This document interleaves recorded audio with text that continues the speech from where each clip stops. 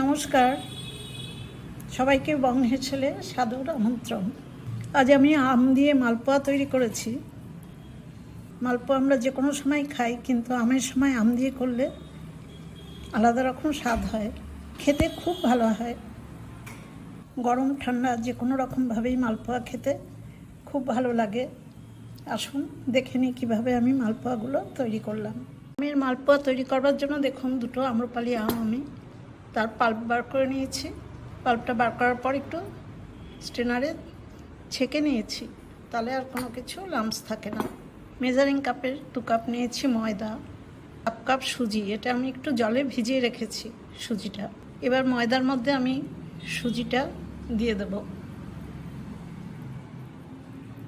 1/2 চামচের একটু কম লবণ দিলাম, আর এই আমের পাল্পটাও দিয়ে দিলাম।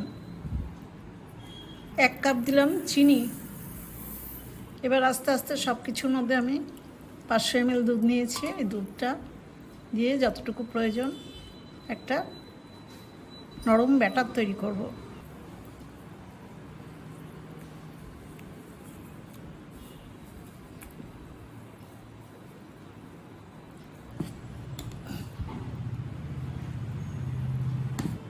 আরও একটু দুধ দিলাম। গোলাটা এমনভাবে গুলবো যেন ভেতরে কোনো ময়দার চাকা না থাকে। মালপোয়ার জন্য দেখুন ব্যাটারটা তৈরি করে নিয়েছি, এরকম ঘনত্বের করলাম। এবার এর মধ্যে আমি 3/4 চামচ মৌরি আর কিছুটা ড্রাই রোস্ট করে রাখা 1/2 করে ভাঙা বাদাম আর কিশমিশ, এগুলো ভালো করে ধুয়ে দিয়েছি, এগুলো এর মধ্যে দিয়ে দেবো।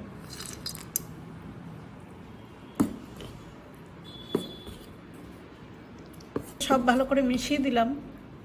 এখন আমি এই ব্যাটারটা ঢাকা দিয়ে 10 মিনিট মতো রেস্টে রাখবো। 10 মিনিট রেস্ট করা হয়ে গেছে গোলাটার। এবার আমি ভাজবো। ভাজবার জন্য গ্যাসের উপরে মিডিয়াম টু হাই ফ্লেমে আমি একটা কড়াই বসিয়ে তাতে 200 ml রিফাইন্ড অয়েল দিয়েছি। তেলটা গরম হয়ে গেছে। এবার 1 হাতা ব্যাটার আমি তেলের মধ্যে দিয়ে দিলাম। দেখুন মালপোয়াটা আস্তে আস্তে ফুলে উঠে ওপর দিকে উঠে আসছে। আমি ওপরে একটু তেল ছিটিয়ে দিচ্ছি। কিছুক্ষণ একটা দিক করে আমি এবার উল্টে দেব।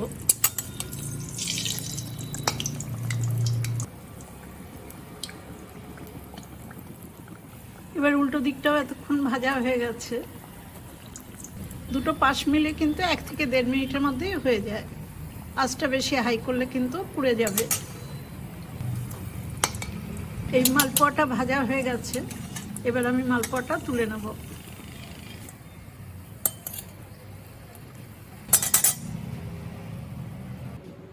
আবার একটা দেব, দেখুন। এবার আমি 1.5 হাতা মতো ব্যাটার দিলাম, আর একটু বড় করব তাই। ওপর দিকে একটু তেল এরকম ছিটিয়ে দিলে খুব ভালো করে ফুলে ওঠে। এবার আবার একটা দিক হয়ে গেছে, আমি উল্টে দেব।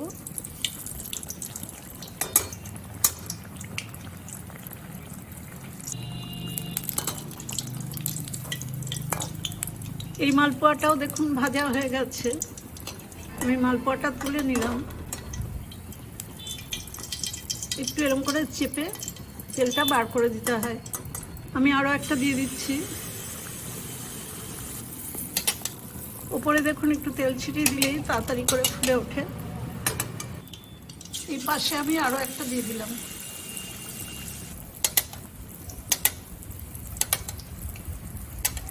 এবার প্রথমে যেটা দিয়েছি সেটা উল্টে দেব। এই মালপোয়াটাও উল্টে দিলাম।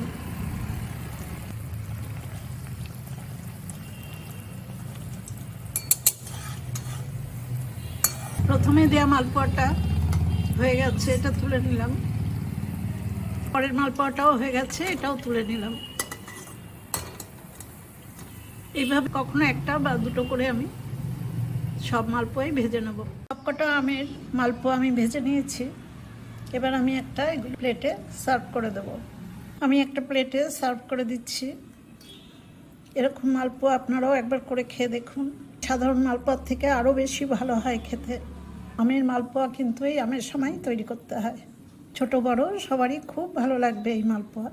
আমার এই মালপোয়া তৈরির রেসিপিটা দেখে আপনাদের যদি ভালো লাগে তাহলে আমার ছোট্ট চ্যানেলটা লাইক, শেয়ার এবং কমেন্টস সাবস্ক্রাইব করবার জন্য অনুরোধ রইল। আজ এই পর্যন্তই। আপনারা সবাই খুব ভালো থাকবেন, সুস্থ থাকবেন। ধন্যবাদ।